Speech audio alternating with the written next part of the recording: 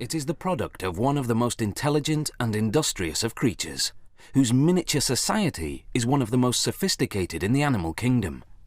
It's been used in religious and pagan celebrations, and its medicinal qualities have been known for centuries. It all begins in a field where worker honeybees suck nectar from flower blossoms, such as clover. They store it in their honey sac, then return to the hive where other worker bees suck it out and chew it, breaking down the nectar's complex sugars into two simple sugars called glucose and fructose. The bees then deposit the nectar into the cells of the wax honeycombs they've built. They fan it with their wings until most of the water content evaporates in the warm air of the beehive. What's left is thick and gooey honey. The bees then cap each honey-filled cell with beeswax. That's when the beekeeper steps in.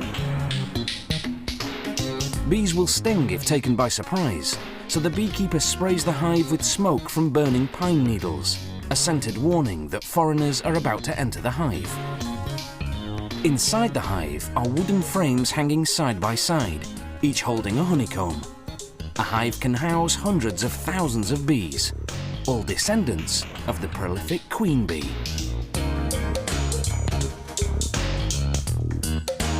The queen bee lays up to 2,000 eggs per day, creating the workforce needed to feed and protect the colony.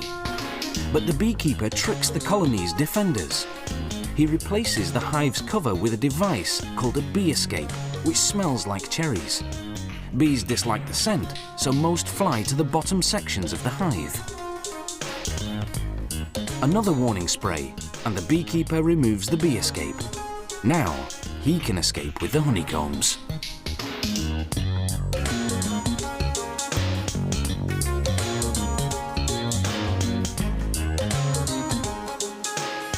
Inside the honey factory, they put the honeycomb frames on what's called an uncapping machine.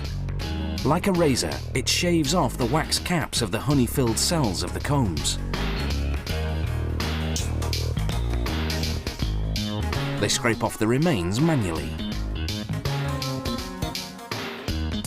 Then they set the frames on another machine called a honey extractor.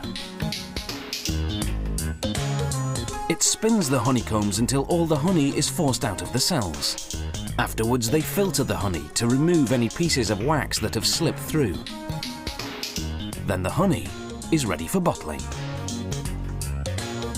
Some beehives contain smaller frames designed to produce honey that isn't extracted from the honeycomb. Workers remove the frame and cut the honeycomb into pieces with a heated knife. This seals the wax around the honey inside.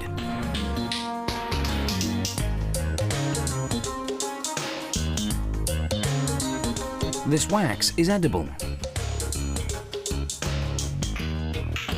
The beeswax lining of the honeycomb goes to make candles, furniture polish and lipsticks.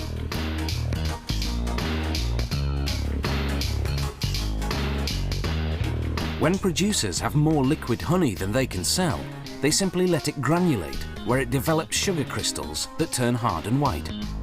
Then, when orders come in, they return it to its original liquid form by heating it to 130 degrees Fahrenheit. The jars are vacuum cleaned, then filled.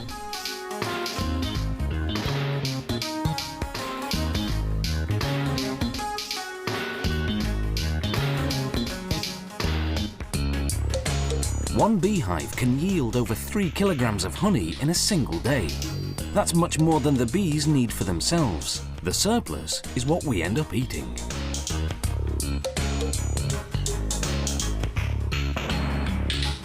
Honey production today is both efficient and humane. For centuries, the only way to harvest honey from hives had been to kill the bees. Then in 1851, an American beekeeper invented a way to get the honey, yet spare the bees. His method, with the removable honeycomb frames,